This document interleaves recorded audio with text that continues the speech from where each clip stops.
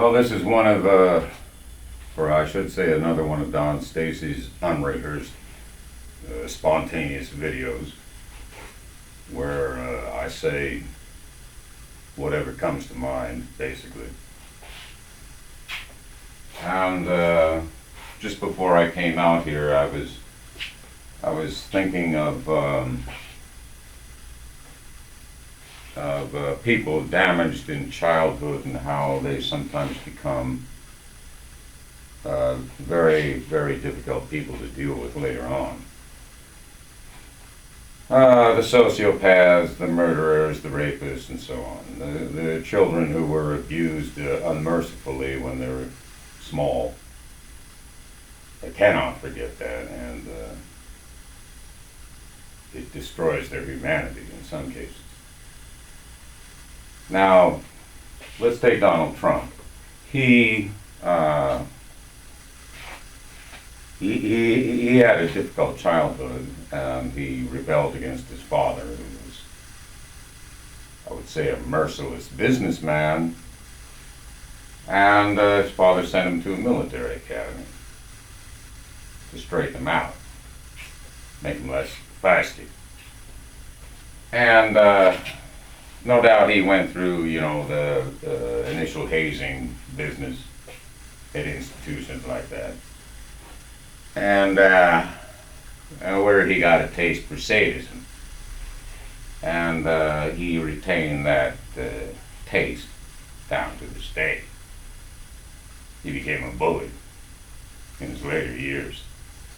A bully who had plenty of money to squander any way he wanted, and squander it he did. And now we have him on the sidelines on the political stage, or off of it, I should say. And he's, residing down there in Mar-a-Lago or up there in New York somewhere. Probably biting his nails, wondering what the hell Attorney General Cyrus Vance or his successor is going to come up with in their case against the Trump organization.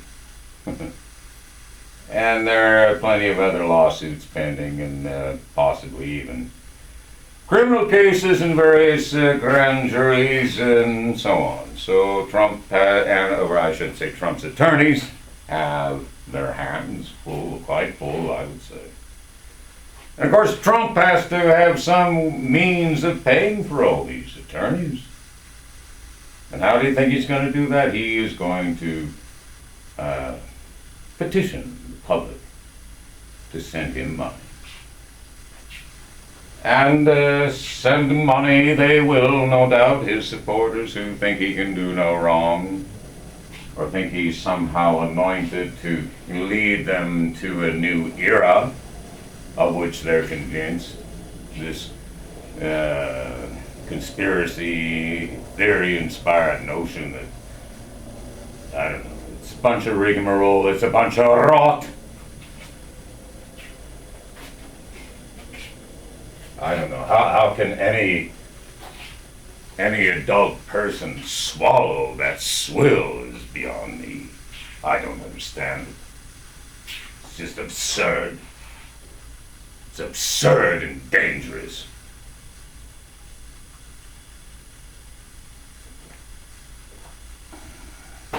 And the book that came out recently by Drucker, New York Times writer, and his colleague, some lady, forget her name,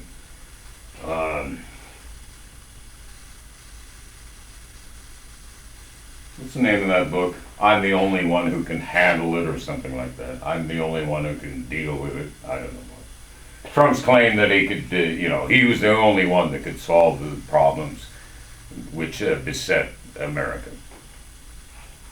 And, somewhat over a good 1/3 of the voting public believed him.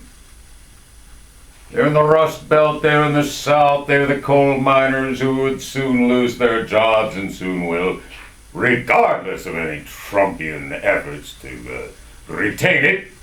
That is to say, the coal industry, because the coal industry is gone. It's been decimated by the natural gas industry. It hasn't been decimated by anything else other than Darwinian economic competition.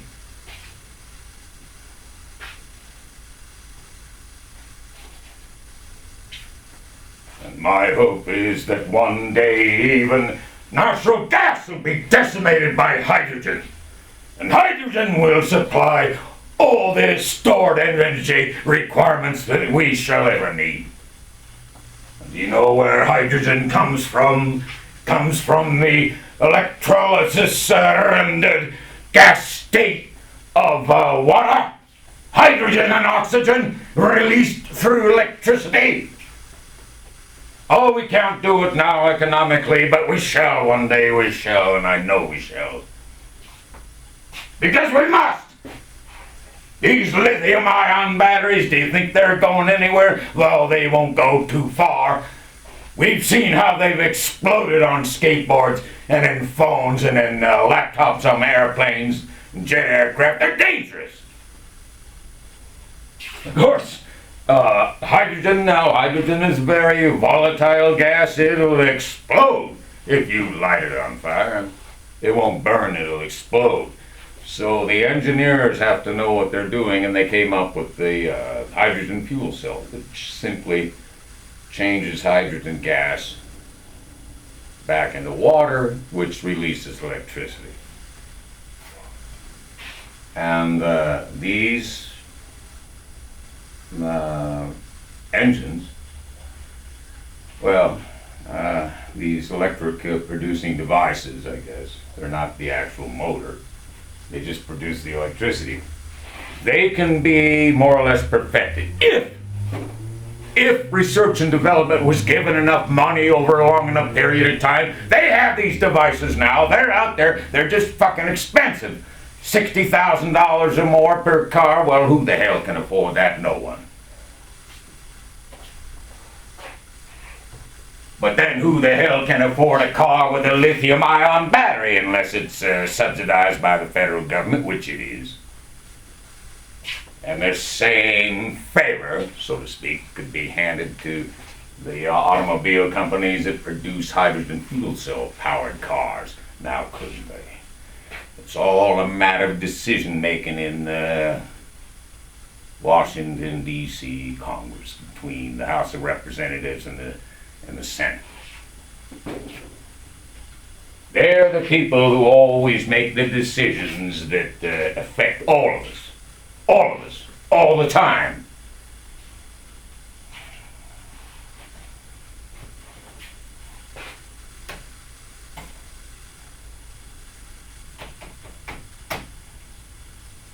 Ah, there he is. Speak of the devil.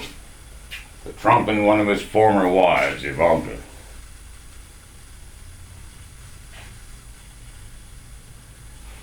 And that's Donald Westlake, a crime novelist.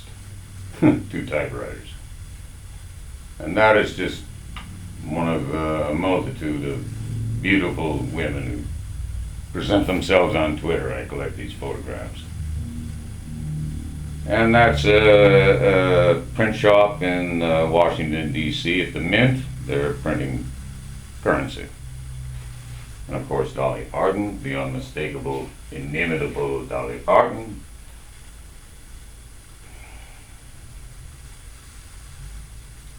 Yes, anyway.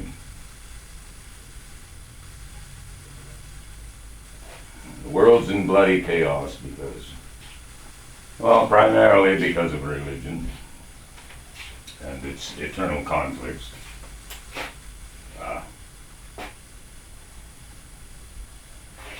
Yeah, religion and its eternal conflicts.